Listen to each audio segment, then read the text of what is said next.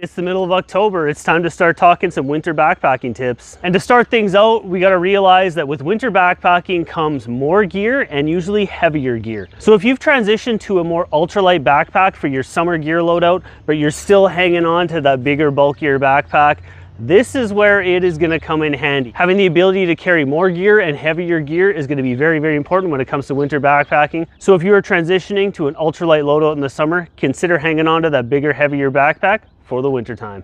A good portion of that extra bulk for winter backpacking is going to be the extra clothing required to keep yourself warm. A big reason we want to focus on a layering system in the wintertime is so we can regulate our body temperature and avoid sweating. Most of us already have a puffy jacket for the summertime. Bring that. If you have a second puffy or a slight synthetic jacket, bring that too. If you've got a lightweight fleece, that is one of my favorite things to bring on a winter backpacking trip. Definitely bring that. And even your rain shell to throw on over top and help seal in a little bit more body heat.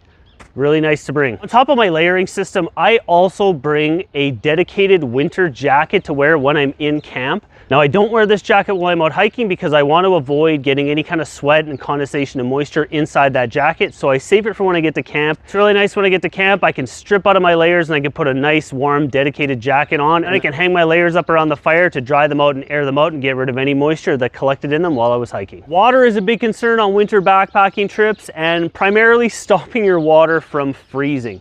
A little trick that I use all the time, and it works really, really well, is when I put my bottle in my pocket of my backpack, I don't put it in right side up. I actually put it in upside down because ice is going to form at the top of that bottle. So when it's upside down, you're going to get ice forming at the bottom, and when you pull it out, the cap should be ice free and you're not going to have that layer of ice inside, and you're just going to be able to drink your nice cold fresh water. Camp selection on a winter backpacking trip tends to work out just the same as summer. You want to take a look and make sure you don't have widowmakers up above you, all that sort of thing. But the big difference with winter backpacking and summer backpacking is usually all the snow you're going to find on the ground. Now, something that I do on all my winter trips is I clear the snow out from where my shelter is going to go. If you guys are hot tenters, clearing the snow out from where you're going to set up your hot tent is so very, very important. I have seen a bunch of videos on people getting into hot tenting and they didn't clear out the snow and they ended up with puddles inside their tent. Now, when it comes to clearing out the snow for your campsite, you can get one of those little collapsible shovels. They are really, really nice, but they can be pretty expensive. A lot of them are upwards of $100. And if you're like me and you're cheap and you want to save some money, just use your snowshoe. You can see on my snowshoes here, they have a bunch of scratches where I will just grab my snowshoe upside down, use it like this, and I will use this to chip and dig out the snow. It's very, very effective. No, it doesn't work as well as the shovel, but I'm already carrying this and I didn't have to spend $100 on a shovel. For a lot of people, the cost of winter sleeping bags and winter sleeping pads can be really cost prohibitive and stop them from getting into winter backpacking, and that does not have to be the case. If you've already got a summer sleeping bag or a summer backpacking quilt and you want to add a little bit of supplemental insulation, you can literally just take 2 sleeping bags and stack them together. Synthetic, down, doesn't matter, whichever way you stack them.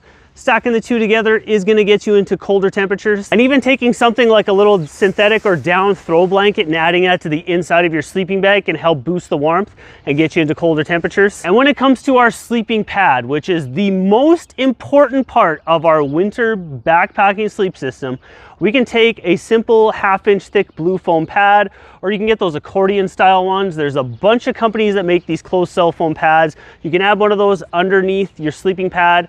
Most of them add about 2 to the R value, and it is a really, really cheap, efficient way to add some warmth to your sleep system. Admittedly, it's not my favorite way to supplement my sleep system, but it is effective, and I know a lot of people use it, and that's taking your Nalgene bottle, pouring boiling or really, really hot water inside of it, sealing it off. A lot of people use a large Ziploc freezer bag to help seal that and eliminate any kind of leakage. And then you stick that inside one of your wool socks, and you take this hot water bottle, you throw it inside the foot box of your sleeping bag or your backpacking quilt, and use that to get yourself a little bit of heat boost. Now, if you've noticed, warmth tends to be the theme of this video. Warmth is kind of the primary concern people have when it comes to winter backpacking. And one of the best ways at providing warmth out on a winter trip is having a fire. I talk about it a lot for summer backpacking trips, and it goes tenfold in winter, having an effective, easy way of starting a fire. I am a big fan of these pre-packaged zip cubes and a Bic mini lighter.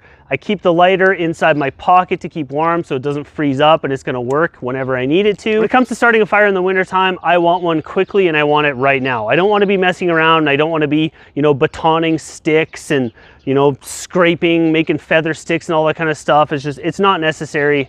Now, if you're looking for some specific winter backpacking gear, I've shot some videos in the past and I'll link a couple right here and here. So check those out when you're done with this one. And as always, guys, I am Matty.